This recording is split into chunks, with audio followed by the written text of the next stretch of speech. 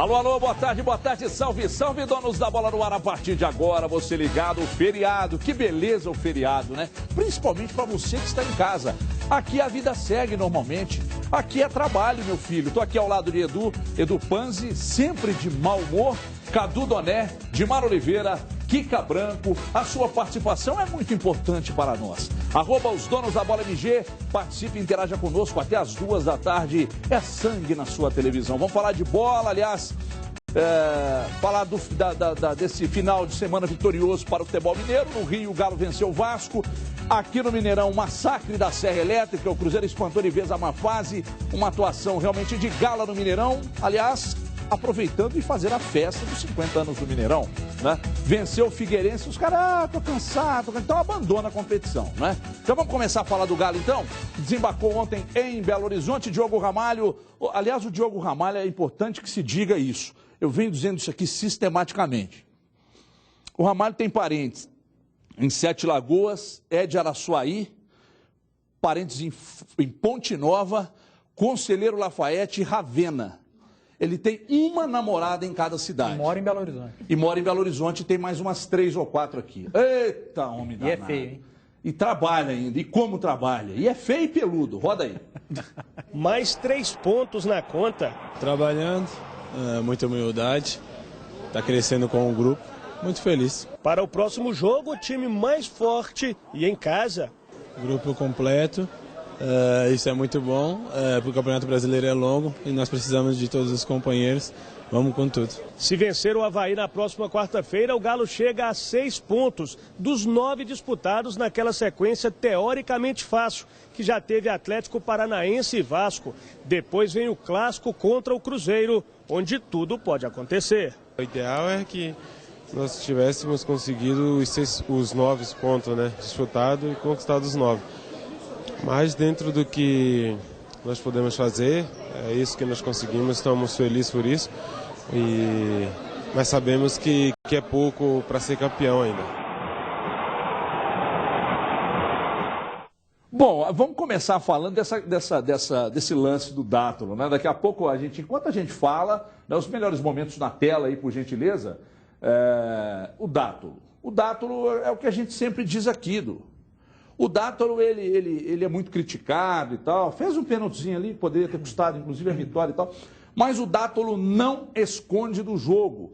E se o Atlético tem a carência na bola aérea defensiva, na ofensiva ele pode, inclusive, usá-la como arma contra os seus adversários com o Dátulo em campo. Né? É óbvio que com ele em campo o time perde um pouco de velocidade, mas ele é um jogador que não esconde do jogo. E olha que golaço.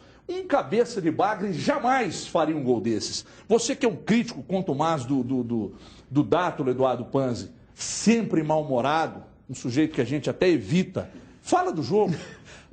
Primeiro, boa tarde ao telespectador, aos companheiros. Eu não sou um crítico do Dátulo, né? Mas quem é? Eu aqui até falo que ele é muito mais criticado aqui em Belo Horizonte do que no restante do país. O restante do país parece ter um respeito maior pelo Dátulo do que o próprio torcedor atleticano.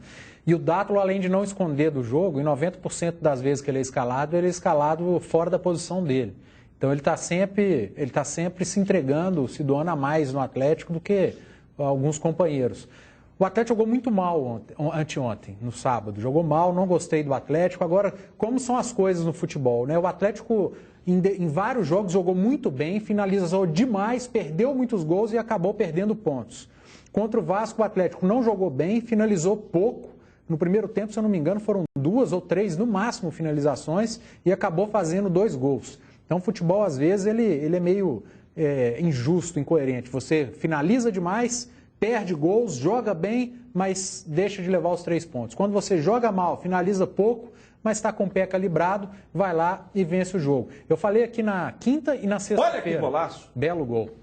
Falei aqui quinta e sexta-feira que o Atlético podia jogar com time reserva, podia jogar com 1 a menos, podia jogar mal, queria vencer o Vasco. Não tinha a menor dúvida que o Atlético venceria o Vasco. Aliás, dos outros 19 clubes do Campeonato Brasileiro da Série A, só o Vasco, ninguém pode perder para ele. O resto, você pode botar na conta um joguinho ou outro. Agora, Vasco, gente, quem perder ponto pro Vasco vai se ferrar em alguma coisa nesse Campeonato Brasileiro. Ou vai perder o título, ou vai deixar de se classificar para a Libertadores, ou vai ser rebaixado para a Série B. O time do Vasco é muito ruim, está muito nervoso, está sentindo muito a situação. E o Atlético, que eu achei que fosse sentir um pouco mais, achei o Atlético tranquilo, até pelo lance do pênalti, foi um lance duvidoso. No primeiro momento eu achei que não foi, depois olhando o replay, eu acho que apesar do Dato ter só encostado no cara e ele ter pulado na piscina, é um lance que o auxiliar que marcou o pênalti, que viu aquela mão, ele pode ter achado que o Dátulo realmente empurrou o jogador. E aí eu falei até no Twitter que foi pênalti, virei Maria, né? Maria, essa pênalti foi nada. Mas é o seu mau humor. Aí no dia seguinte eu falei que foi mão do Willian, sua franga, virei a Maria Franga no final de semana. Mas é desse jeito. Isso aqui. É chato, né? É chato demais, brincadeirinha não pode chata, nada. Né? Mas, resumindo, jogou mal, finalizou bem, as poucas oportunidades, ganhou o jogo. Pois é, jogou bem contra vários adversários e perdeu o jogo, ídolo. Jogou bem contra o Atlético Paranaense, contra o São Paulo, contra o Grêmio, contra o Corinthians e perdeu o jogo. Jogou mal e venceu. Nessa altura do campeonato, o importante é somar os 3 pontos, não é? Por gentileza, câmera 2. É isso aí, Everton. Boa tarde a todos. Para começar, para mim não foi pênalti. Então, eu também acho que não. A gente diverge. É óbvio que há o contato ali, é claro que ele coloca o braço, isso é inegável, a imagem mostra, mas para mim não é o suficiente para configurar a falta. É um critério que eu adoto em todo tipo de lance, para qualquer time, apesar de eu ter ouvido o oposto do que você ouviu no meu blog, por ter achado que não foi pênalti, inclusive colocando como um absurdo, né? Mas, enfim, para mim não foi pênalti. De qualquer maneira, o Atlético de fato não jogou tão bem porque não mostrou aquele volume, aquela quantidade de chances criadas que costuma apresentar. Por outro lado, eu relativizo esse fato de não ter jogado tão bem, porque as circunstâncias foram muito peculiares. Não só o lado emocional, em função da semana atípica, mas o simples fato de fazer 2-0 em um time fraquíssimo já no primeiro tempo. Então, no segundo tempo, o Atlético jogou bem? Não, mas quis jogar tão bem, procurou e não conseguiu. Não foi exatamente esse cenário de o time tentar, procurar e não conseguir por deficiência. O time claramente ficou acomodado no segundo tempo. Então, sinceramente, eu não coloco muito na conta de um jogar mal com aquele teor de preocupação, não. Eu acho que foi natural pelas circunstâncias do jogo. No primeiro tempo eu não achei tão ruim assim. Não é que foi bem, que foi brilhante, mas fez 2-0. O time já não traz essa motivação tão grande. O time adversário, que é o Vasco. Há uma certa acomodação nesse aspecto. Estou enfrentando um time muito fraco. Você faz 2-0 logo no começo do jogo, você relaxa claramente no segundo tempo. Isso que você está falando, o Levir não concordou com você, porque você está falando agora, mas a opinião dele é muito parecida com a sua. O adversário, as circunstâncias do jogo fizeram com que o Atlético... Não, o Cruzeiro ontem, quando fez 2-0, o jogo ficou chato. Não, mas foi lá e fez mais. E ainda tem um detalhe. O que denota esse relaxamento, essa ideia de acomodação... são as próprias substituições do Leverkusen. Da linha de 3 que ele tem ali na armação, ele tirou 2 titulares, o Thiago Ribeiro e o Giovanni Augusto. Deixou o Dátulo, que não é titular, porque o Luan é o jogador titular ali do lado direito desse meio-campo. Então, até substituições, meio que para poupar, né, sem grandes motivos, ele tiraria o Giovanni Augusto se ele quisesse atropelar o Vasco? Não, ele já foi tirando para poupar. Colocou o Cárdenas, gente, que todo mundo sabe que já perdeu espaço nesse time no que se refere a realmente titularidade, a ser um reserva que entra com assiduidade. Não dá. Exatamente, e entrou no segundo tempo, por quê? Porque já estava poupando, já estava tirando o pé, já estava puxando o freio de mão. O próprio Dodô entrou também. Então, não uso esse teor crítico para falar do jogo do Atlético, não. O primeiro tempo, para mim, foi aceitável. Não foi tão bem, mas ficou ali também dentro do normal, não foi nenhum absurdo. E o segundo tempo já tirando o pé. Eu gostei do Patrick e do Dátulo, né? São os dois que acho que estouraram para o lado jogo positivo. Contra o Avaí, o Atlético não vai ter o Douglas Santos. Aí pode voltar o Rocha, o Patrick para a esquerda. Quando tiver o Douglas Santos, o Rocha perdeu a posição dele? Isso dá pano para manga, isso dá uma bela discussão, viu? Porque você acha, hein? O Patrick tem um tipo de jogada, Everton, que é muito interessante. Nesse 4-2-3-1 ou em quase todos os esquemas que são adotados hoje em dia, os times voltaram a jogar com 2 homens de lado. Não são chamados normalmente de ponta, fala-se homem de beirada, homem de lado mesmo, mas cada um tem um meio aberto. E o Patrick é um cara extremamente eficiente para fazer a associação com o meia que está jogando aberto pelo lado dele. Por exemplo, o Thiago Ribeiro está pela direita e o Patrick está na lateral direita. O Patrick faz muita jogada com esse parceiro. Ele é muito eficiente em tabelas com alguém ali pelo lado do campo. Antes do Marcos Rocha voltar, ele deu várias assistências para o Thiago Ribeiro nessa combinação. Ele era líder de assistência. Thiago Ribeiro ainda não estava na esquerda, estava jogando na direita, porque o Luan também não tinha voltado. E ele deu várias assistências nessa parceria mesmo. Ele e Thiago Ribeiro pelo lado do campo. É um dos predicados, uma das virtudes que o Patrick tem. Acho que isso aí merece uma discussão à parte, porque é uma pergunta tão difícil que... Já que o Patrick tem facilidade para jogar em outras posições, acho que está na hora do Levir colocá-lo como titular. Você acha que não tem como tirar? Mas ele Acho que já pode pensar em colocar no lugar do Thiago Ribeiro. No lugar do Thiago Ribeiro, por exemplo, se o Marcos Rocha estiver no jogo e o Douglas Santos também, acho que pode pensar em colocá-lo no lugar do Thiago Ribeiro. Eu não vejo o menor problema nisso. Ele tem essa opção ofensiva dele, é muito interessante, ele tem velocidade e quem acompanha os treinos do Atlético sabe que depois do treino ele fica fazendo essas jogadas individuais ali e tal, batendo, puxando para a perna esquerda e batendo e tal. Então, acho que está na hora do Levi. E outra coisa, né? Tem uma coisa que falta em outros jogadores. Né? Ele tem estrela, o cara está entrando e está resolvendo. Então, contra o Fluminense, entrou e resolveu, sofreu o pênalti contra o Vasco, e nesses 2 jogos aí, o Atlético já é campeão carioca, né?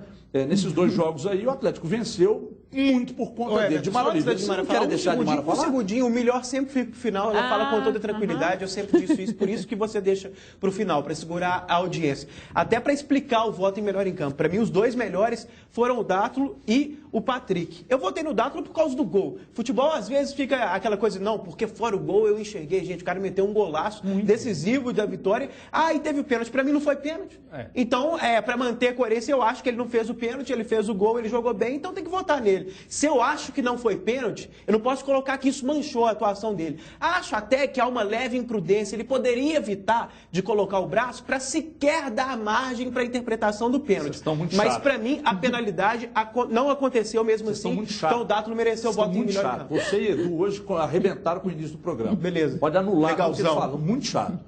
Dimar Oliveira, salve o bloco aí. Dimar, boa tarde. Boa tarde para todo mundo. Os meninos foram extremamente coerentes. Não é verdade. Obrigado, dizer o seguinte, que eu super concordo com o Everton no que diz respeito à questão do Patrick. As opções que o Patrick dá ao Levir hoje já fazem com que ele mereça uma situação melhor, e aí em relação ao Thiago Ribeiro mesmo, porque houve uma queda.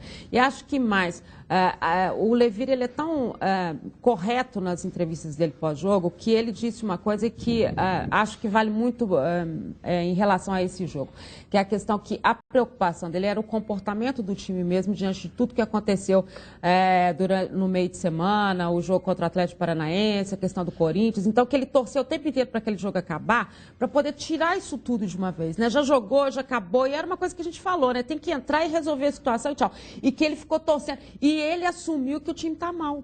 Né? Que o time não fez um bom jogo, que o time teve uma queda de produção, que é toda uma situação que ele tem que ele errou nas alterações. Gente, um treinador que faz tudo isso é um treinador que tem um referencial diferente, porque a leitura de jogo dele é a mesma nossa.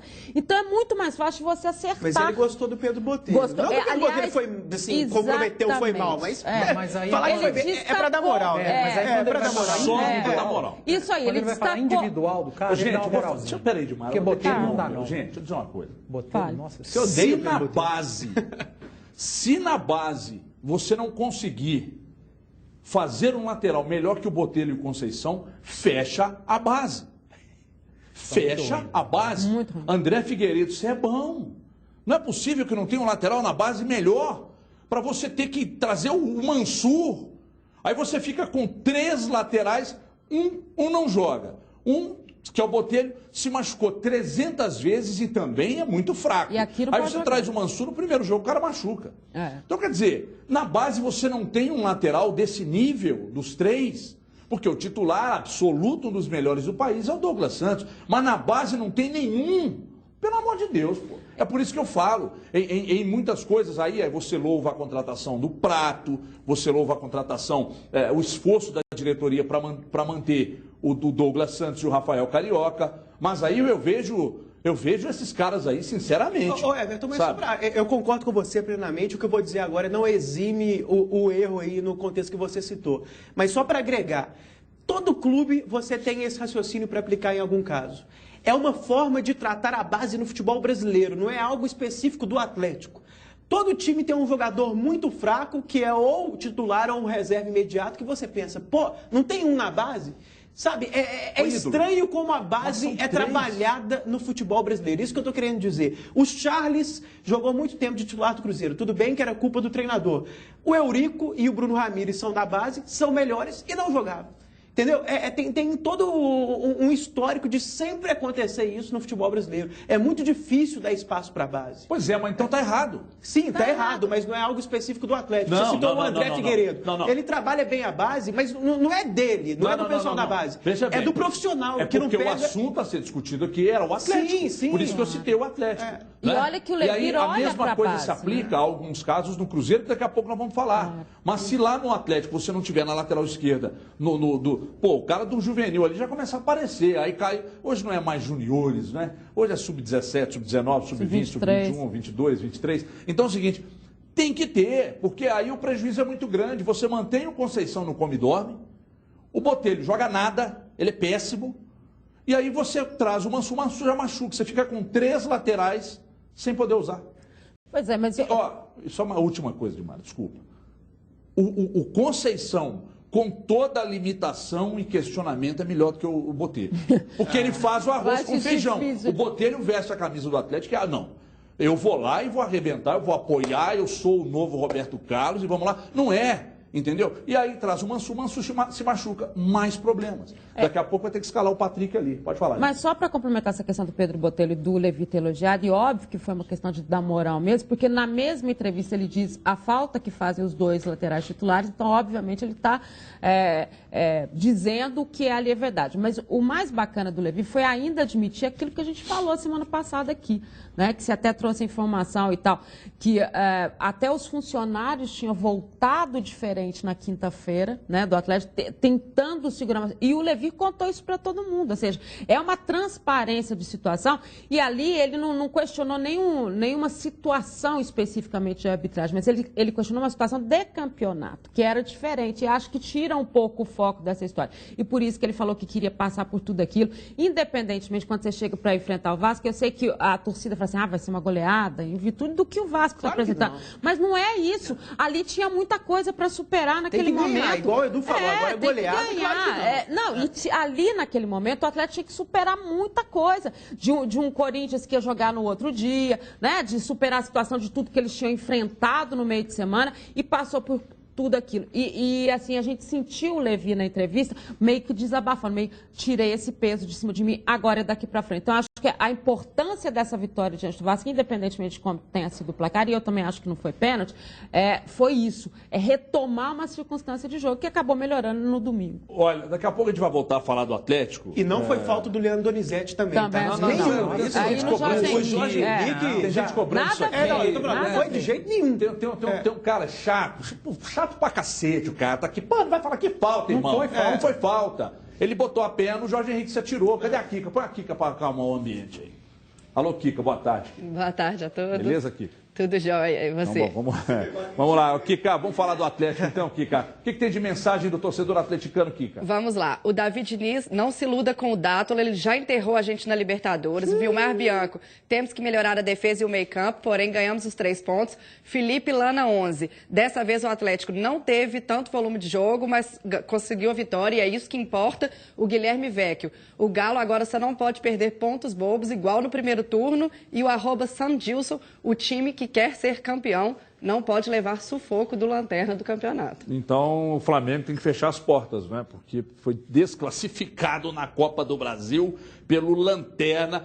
Mas é clássico, é outra história. Não, e também nós estamos falando de situação. Não teve sufoco, teve coisa demais. Deixa eu mudar o esquema, vocês estão muito chatos hoje. Na estreia do técnico Mano Menezes, aliás, o Mano Menezes é muito criticado aqui pelos comentaristas, né? O Cruzeiro goleou o Figueirense por 5-1, massacre da Serra Elétrica, o William do Bigode. Estive numa festa no sábado e disse ao Marco Astoni, Marquinhos, o Bigode tem que jogar.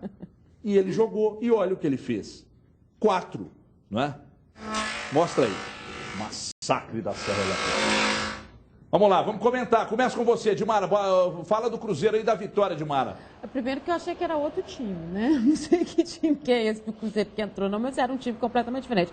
E o que mais assustou quem acompanha os últimos jogos e as críticas todas que eram feitas é que era um Cruzeiro determinado, um Cruzeiro que em campo tinha todo agrupado, coisa que a gente não viu de jeito nenhum, com o William fazendo um partidaço e na frente, mesmo que a gente tenha super consciência de que ele deixou o time, o Cadu já falou sobre isso aqui, até com o Vanderlei Luxemburgo, num momento em que ele não estava bem, né? Ele retoma uma situação de jogo, o Williams, que a gente já tinha dito aqui no jogo contra a Ponte Preta, como que ele, dentro daquela posição de um segundo volante, saindo mais para o jogo, tentando armar mais o jogo, como que ele foi importante nessa partida. Então, todo mundo meio que centrado. Se o Figueirense jogou na quinta, se era 11 horas da manhã, se tinha sol demais, se não sei o quê, isso o Cruzeiro não deixou o Figueirense jogar. E se ele sentiu tanto, e sentiu muito, tanto que o Cleito, que a gente elogiou tanto aqui, praticamente não agiu em campo, não apareceu Até em campo. saiu no intervalo. Né? Porque o Cruzeiro foi intenso, o Cruzeiro marcou, o Cruzeiro foi um time que teve meio campo, uma força danada de meio campo, uma movimentação de meio campo, com essa bola chegando mais à frente, em que pese alguns fatores, e até a questão do Vinícius Araújo, mas o Vinícius Araújo está ali, pelo menos, tentando fazer alguma coisa, tentando buscar o jogo. Claro que existe uma adaptação a tudo. Gente, não é dizer que o Mano, né, já fez alguma coisa, porque nem dava tempo disso. Você vê uma superação do próprio jogador. Você acha? Na verdade, deixa o eu que te fez foi dizer. a saída do Luxemburgo. Eu também acho que é muito mais. Não a chegada exatamente do Mano. Acertar o posicionamento do time em campo, né? Bom, o time foi mais compactado. Aí, aliado a isso, tem a questão da motivação. Disse hoje na Band News. Se você trabalha com o seu chefe, o Eduardo trabalhou em 1993 com um chefe que ele odiava. Ele me conta as histórias. Então, quer dizer, 93? se você... 2003. Então, se você não gosta, se você tem um cara que trabalha com você, que é o seu gestor, e o cara é um mala, o cara te joga para baixo, você não consegue tirar motivação para trabalhar. Às vezes você vai pela obrigação, etc. O que está errado também, mas enfim. No caso do Cruzeiro, ficou nítido e claro pelas declarações, pelo comportamento, que os caras não queriam o Luxemburgo ali. Só que fica um lance de que... Ai, jogador não derruba treinador. Ai, não existe árbitro desonesto. Ai, não tem isso no futebol. Como não? A questão não é nem derrubar o treinador. Você falou aí, o cara não conseguiu motivar o funcionário dele. Sem motivação, às vezes o funcionário vai trabalhar sem motivação, ele trabalha mal. O jogador está desmotivado, ele vai jogar mal. O Mano Menezes deu uma entrevista depois do jogo, que eu acho que ele deu um monte de recado para o torcedor, para nós da imprensa, do que estava acontecendo no Cruzeiro. Ele fala na entrevista dele que não existe, o futebol não existe o individual, é o coletivo. E o treinador, o Luxemburgo, só falava em erro individual. O Mano Menezes falou em o jogador comigo, ele vai conquistar a posição dele mostrando o futebol dentro de campo, e no Cruzeiro isso não acontecia, porque Paulo André, Charles, era jogo ruim atrás de jogo ruim, e eles não saíam do time. Isso desmotiva o companheiro. Pô, eu joguei melhor que esse cara 2 vezes, e ele continua titular. Então, alguns dos recados que o Mano Menezes passou na entrevista coletiva dele, eu entendi e acho que o problema realmente passou pelo último treinador, pelo Vanderlei Luxemburgo, o treinamento mal dado, a questão de não haver a meritocracia, o cara joga bem e no outro jogo ele continua não sendo escalado, culpar jogador por erro individual quando o futebol é um esporte coletivo, perdeu por causa dele. Ganhou porque a gente foi bem, nós trabalhamos isso no treinamento. Esse era o grande problema do Cruzeiro. E aí a gente criticava o treinador antigo aqui e falavam, até companheiros nossos de imprensa ligavam aqui, tá batendo demais, hein? Tá jogando pra galera. Tá nada, gente, é porque a gente estava vendo. Luxemburgo não estava treinando corretamente, estava escalando mal, parecia que não queria nada com nada, estava jogando culpa em jogador, e futebol a gente sabe que isso não dá certo, não deu certo.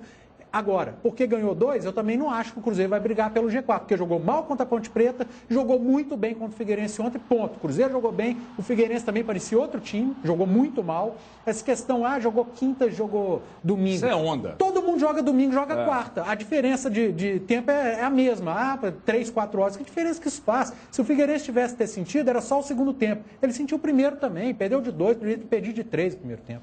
Não, e outra coisa, tem que parar com esse negócio, né? Ganhou do Vasco, Vasco é um time horroroso. Não, ganhou do Figueirense, cansado o quê, cara? Você é atleta de alto nível. E vale 3 pontos. Pô, Ô, Ídolo, deixa eu te perguntar uma coisa. Alano, num determinado momento do jogo, Alano,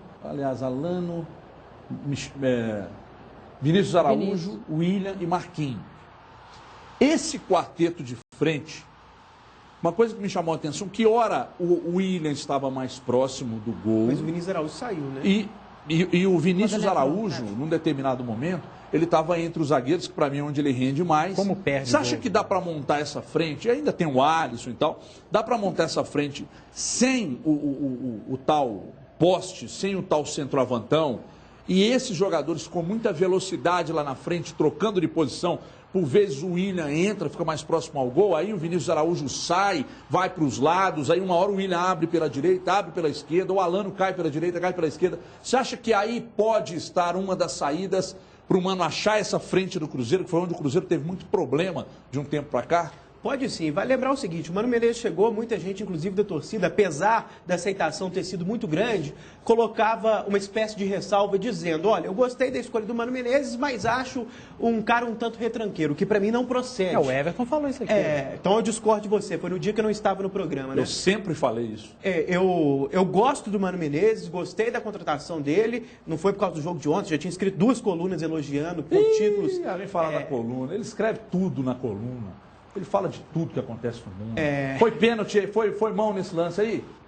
Eu acho que não foi. Foi mão. Eu acho que não foi. Você acha que bateu no peito? Ele dominou no peito e tirou o braço. Mas tem uma câmera que mostra, você chegou uma a ver? câmera de trás é que mostra exatamente isso. Ele dominando no ombro, aqui no peito Não, e foi tirando mão, a mão. foi mão. Não foi por querer não, mas foi mão. Ele tentou ir com o ombro, meio assim, vamos ver o que dá, acabou pegando com o braço. Liga pro William aí pra de nós, qualquer maneira, eu fiquei feliz com a vitória do Cruzeiro e, na verdade, com os 4 gols do William, porque eu gosto muito do William. É um cara muito bacana, é um profissional muito sério, uma pessoa muito do bem.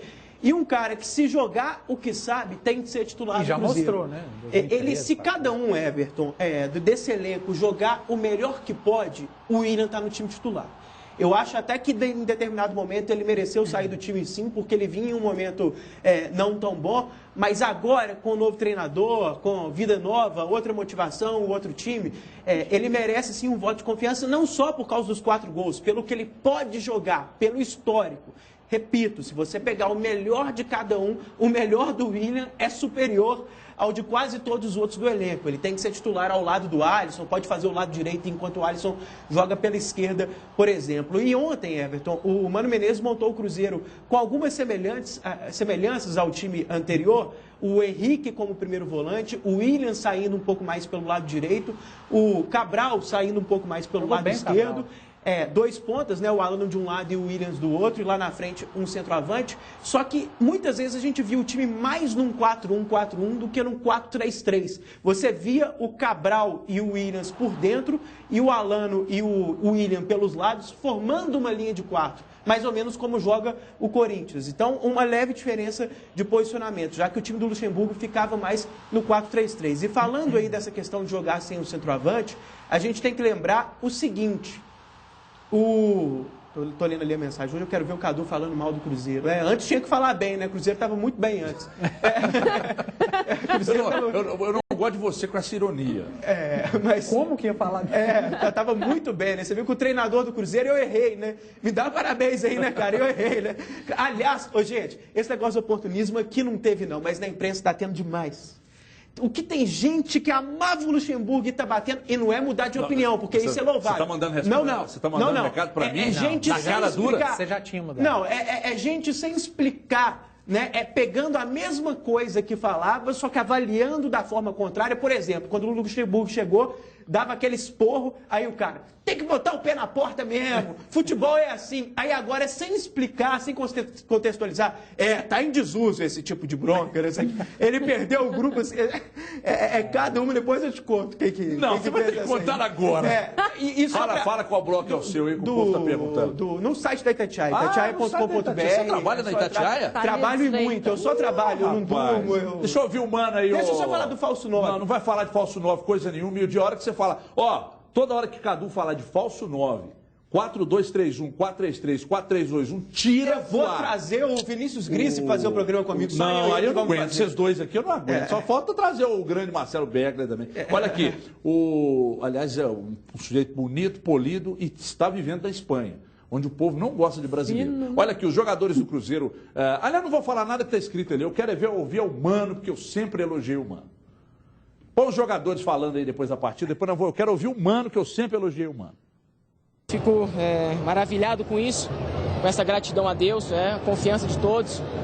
Dedicar essa vitória aí pro nosso presidente, que tem nos honrado aí como presidente, como homem, um cara do bem, que tem dado confiança para o nosso grupo, né, cara? Tem transmitido isso.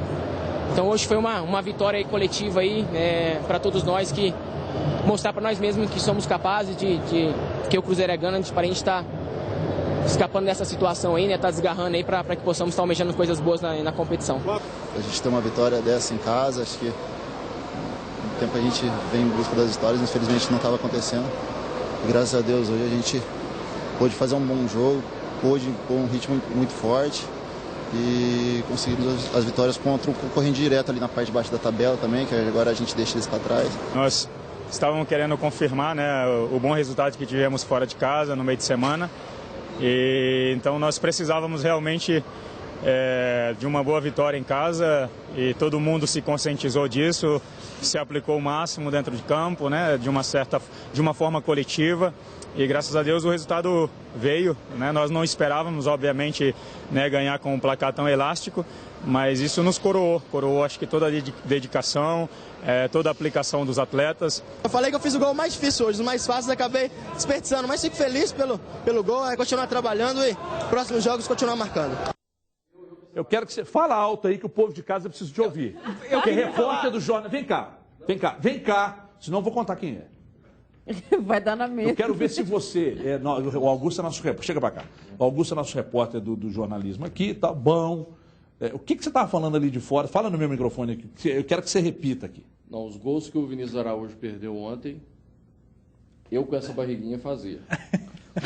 Vai, tchau. Deixa eu só falar, porque respondendo a sua pergunta, você é o contraditório, porque você pergunta do falso 9 e depois fala, eu não quero que você aborde a questão do falso 9. Foi você que perguntou. Não, você, eu posso, pô, você que não pode. E sobre esse, mas eu tenho que responder, né? Porque mas eu você não te é meu perguntei, ídolo. cara. Você perguntou. Aqui, ó. Olha aqui. Peraí, se eu não te chamei ainda pra falar, pô, vocês estão atropelando a ordem. Só porque você não, atropelou, eu vou deixar o Dudu falar, que eu gosto do Dudu. Fala. O que você quer que eu fale? Falso Fala aí dos jogadores, do Vinícius Araújo. Eu quero que você e Cadu e Dimara falem o que vocês falaram enquanto ele estava falando ali. Eu acho que o Vinícius Araújo perde gol demais.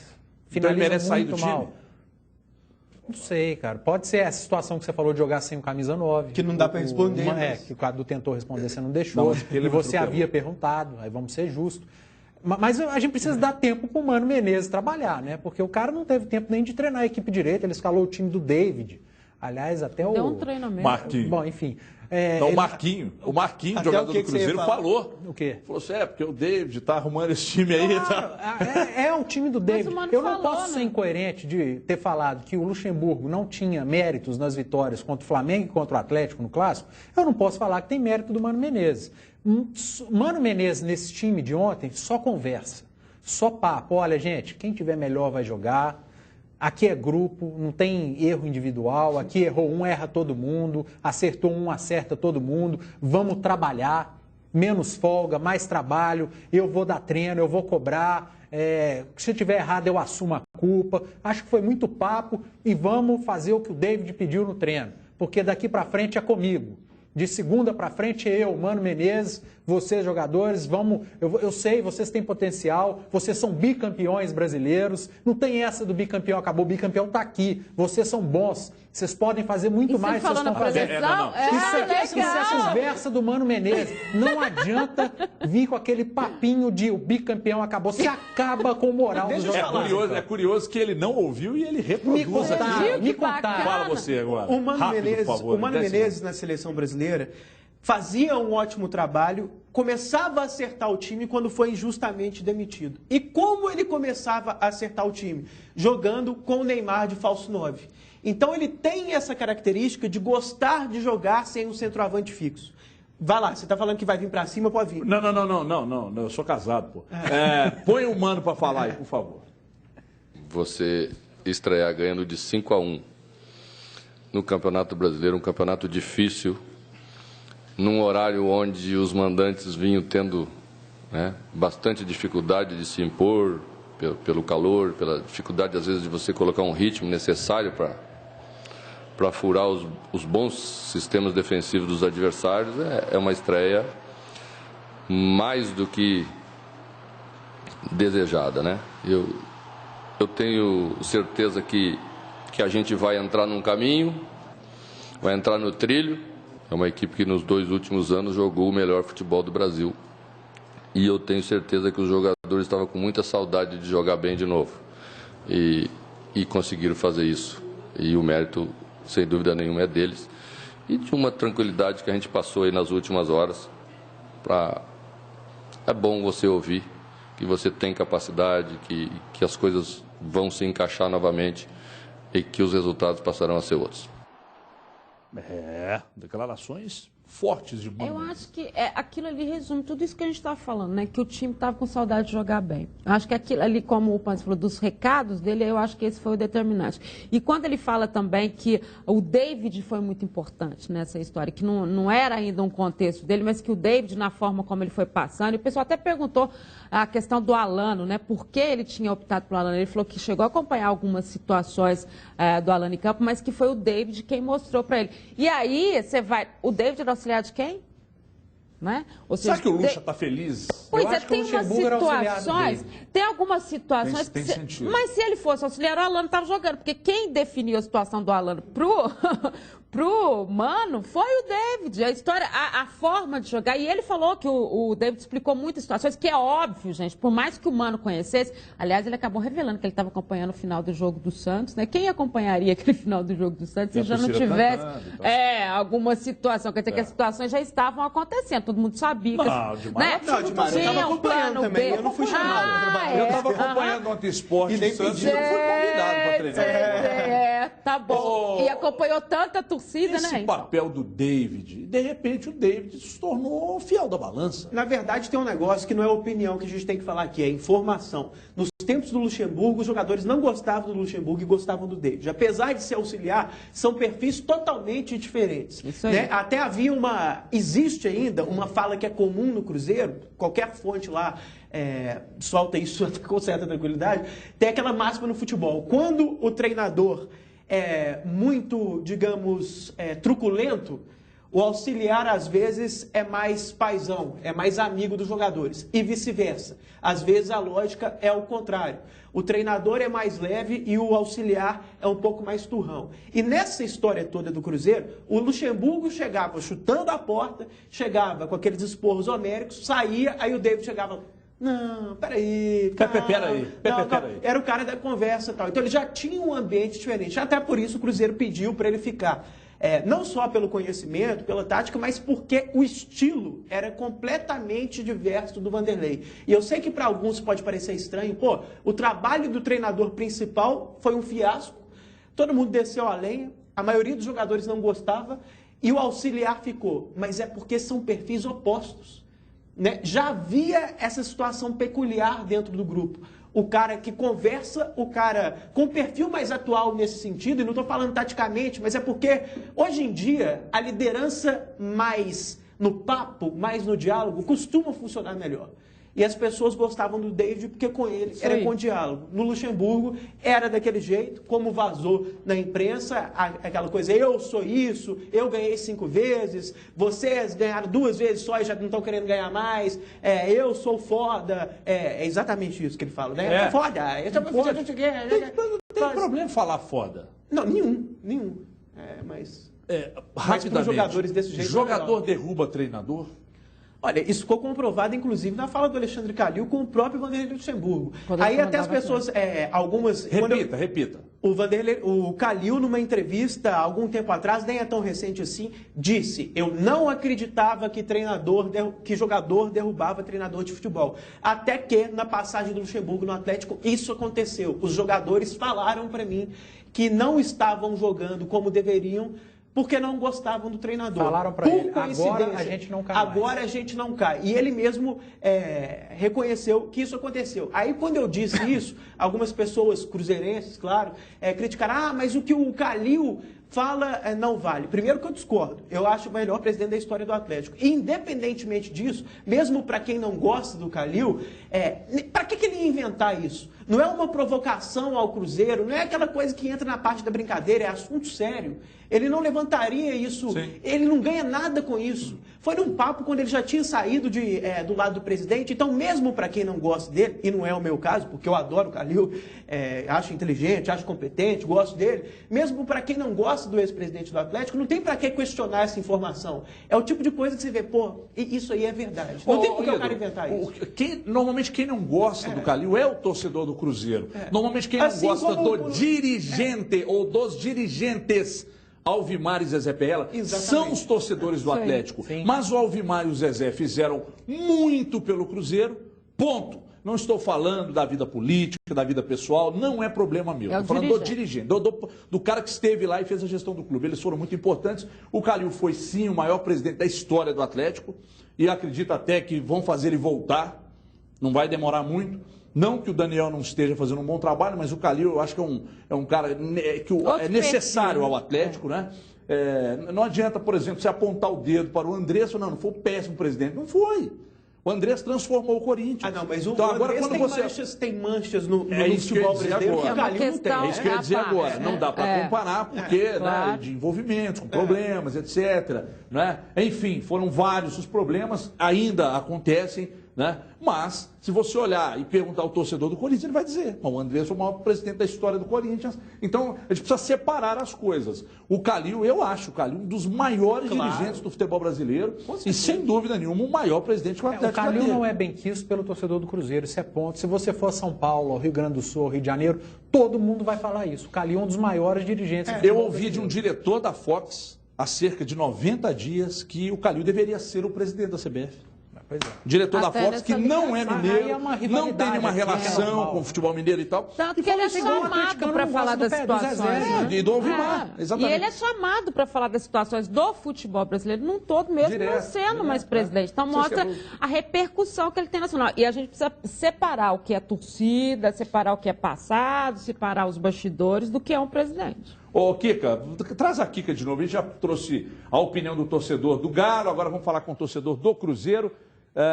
O que tem de... Aliás, foi do Galo que você falou mesmo, Kika? Isso, agora é então, Cruzeiro. Agora do Cruzeiro, por favor. Charles Martins, o Cruzeiro estava com outra postura e a torcida também. Lotou o Mineirão e apoiou o time até o final. Diego Santos, o Cruzeiro passou o trator, o Mano vai consertar essa equipe, pode esperar. Ludielli, parabéns Cruzeiro, estou muito feliz com a vitória. William Bigode, o craque da rodada. E Breno Massacari, excelente vitória que motiva ainda mais o time. Esperamos que o William tenha regularidade. Muito bem, tá aí a Kika falando. Eu não fiz a pergunta a você e a você, mas eu vou fazer agora.